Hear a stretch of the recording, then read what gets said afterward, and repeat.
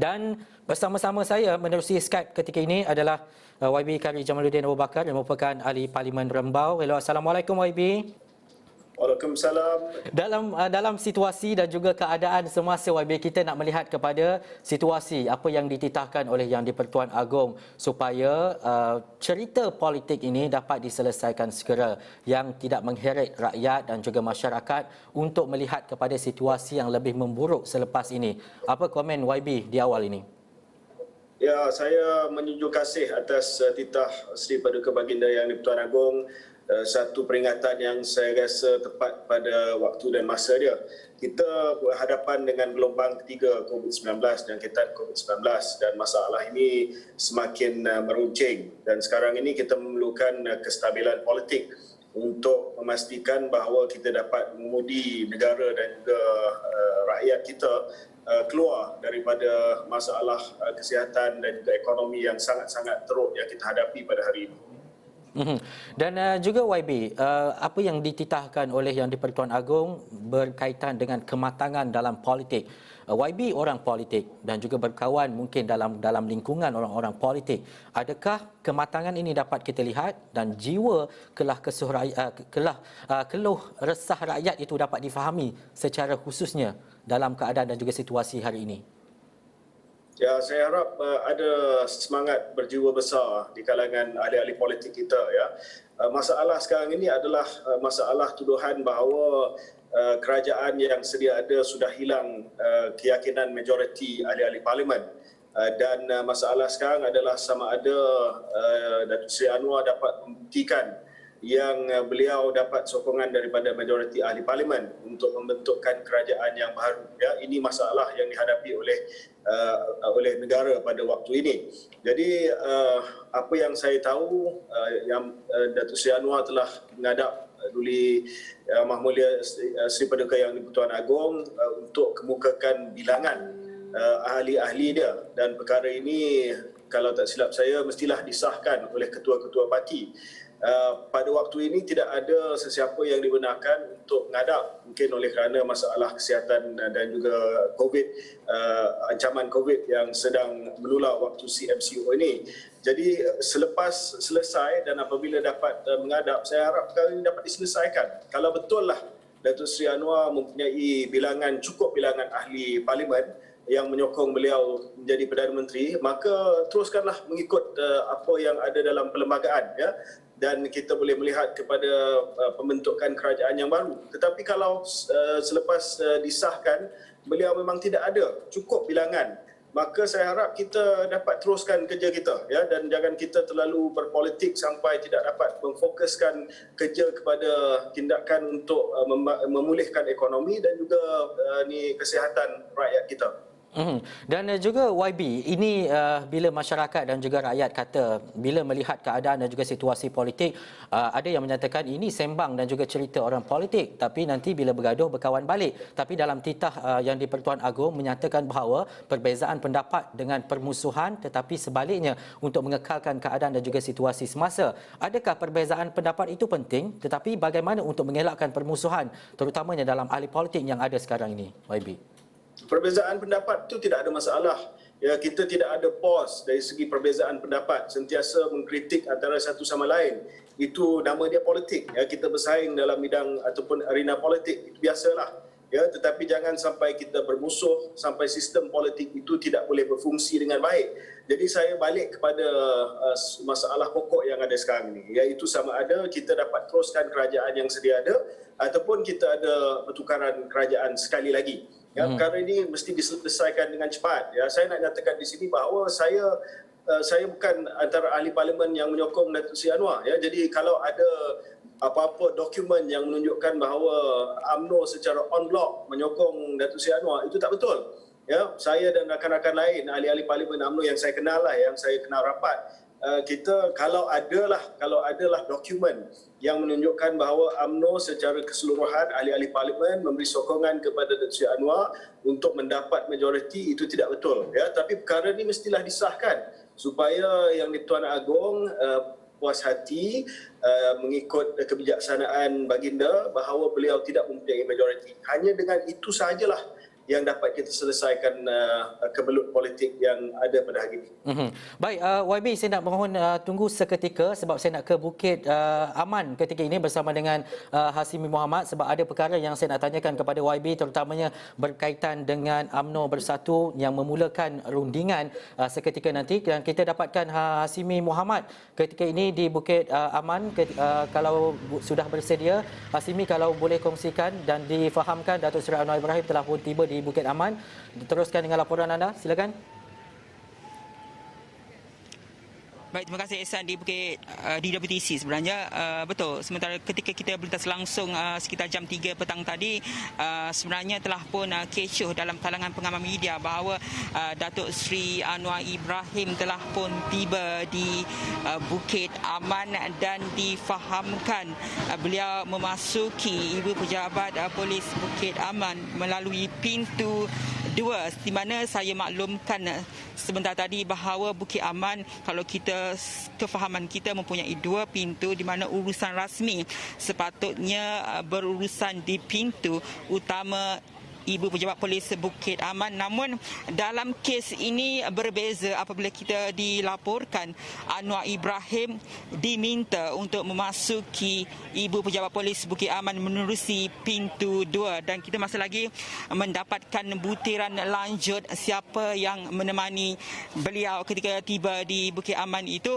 Namun setakat ini maklumat yang diterima difahamkan Anwar Ibrahim tiba bersama dengan anak beliau, namun kita dapat sahkan sama ada ia adalah YB Nurul Izzah ataupun sebaliknya. Namun kita akan cuba mendapatkan perkembangan lanjut mengenai maklumat itu, dan difahamkan sebaik saja proses keterangan selesai, Datuk Seri Anwar Ibrahim akan keluar menerusi pintu utama ini. Jadi untuk jam ini kita dapat maklumkan ataupun maklumat yang kita terima bahawa Datuk Seri Anwar Ibrahim telah pun memasuki Ibu Pejabat Polis Bukit Aman sekitar jam 3 petang tadi menerusi pintu 2 Bukit Aman, Ihsan. Baik, terima kasih Hasimi Mohamad. Nanti kita bawakan lagi perkembangan, dan juga kalau dilihat kepada mungkin memberi keterangan mengambil masa 30 ke 40 minit ataupun lebih ataupun kurang daripada itu, kami akan membawakan kepada anda dapatkan perkembangan lanjut semasa ke semasa. Seterusnya menerusi FB Live kami juga, menerusi Facebook, dan juga saya nak kembali bersama dengan YB KJ, YB Kari Jamaluddin. YB, tadi kita bercakap berkaitan dengan apa yang dititahkan oleh Yang di-Pertuan Agong, kematangan politik dan sebagainya.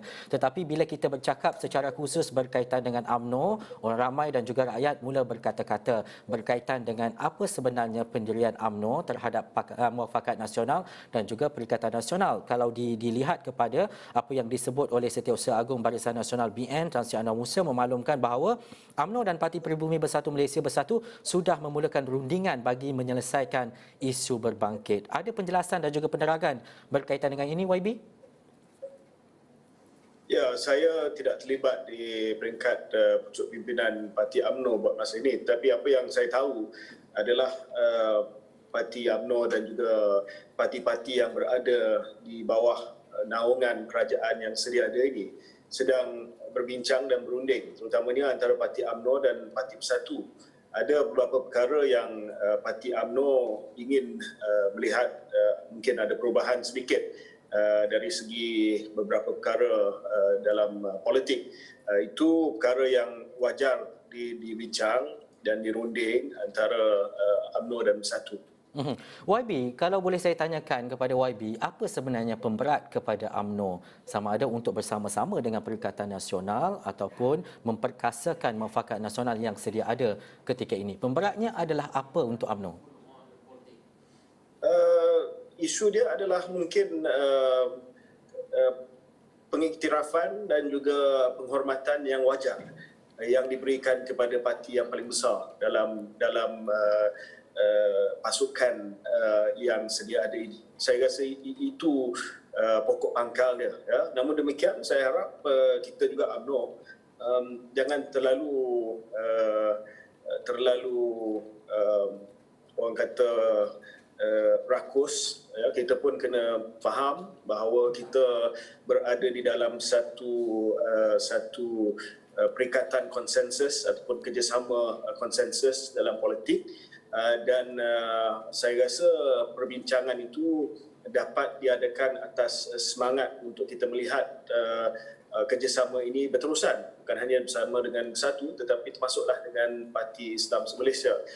Itu saya nampak itulah isu sebenarnya. Dan juga YB, kita tahu daripada pagi tadi ada 4 surat yang diusulkan kepada Parlimen untuk undi tidak percaya kepada Perdana Menteri, dan mungkin kita akan melihatnya lagi selepas ini, dan itu daripada blok bebas daripada Tun Mahathir, Mukhriz dan juga beberapa ahli Parlimen yang lain. Apa yang YB boleh katakan berhubung dengan perkara ini? Sama ada usul undi tak percaya itu dapat dibahaskan ataupun tidak, tidak mahu, apabila Parlimen bersidang nanti untuk kita meluluskan belanjawan bagi tahun depan, mahu tak mahu kerajaan akan berhadapan dengan undian. Ya, kalau tidak dalam bentuk usul tidak percaya, kita terpaksa berdepan dengan undian dalam bentuk rang undang-undang perbekalan, rang undang-undang belanjawan.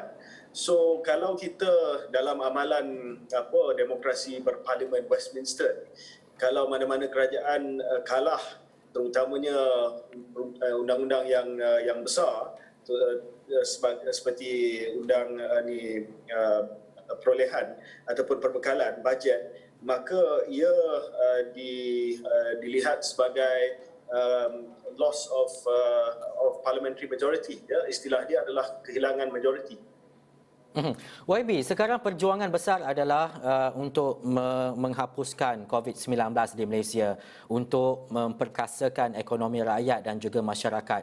Adakah YB berpandangan bahawa politik dan juga ahli-ahli politik ini terpaksa seharusnya reserve dulu sedikit perjuangan politik mereka, terutamanya melibatkan diri dan juga parti yang ada hari ini? Ya, sudah pasti dalam keadaan yang ideal kita ketepikan dulu soal politik, ya. Tetapi dalam dunia politik ini mana ada pause button, ya. Kita terus berurusan dalam dunia politik. Jadi yang terbaik adalah kita selesaikan permasalahan yang ada di depan kita pada waktu ini, ya.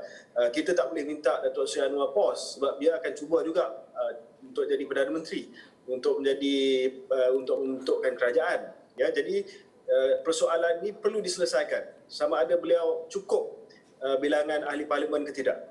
Itu saya rasa dapat diselesaikan dalam tempoh yang terdekat apabila Yang di-Tuan Agong akan menerima mengadap daripada ketua-ketua parti, dan masalah ini ataupun isu ini dapat diselesaikan. Dan saya percaya apabila diselesaikan, itu akan jadi noktah dan kita boleh fokus kepada isu sebenar, iaitu menangani masalah COVID dan juga pemulihan ekonomi.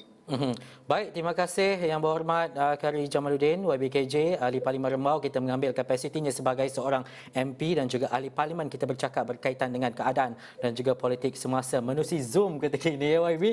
Terima kasih sekali lagi saya ucapkan kepada YB.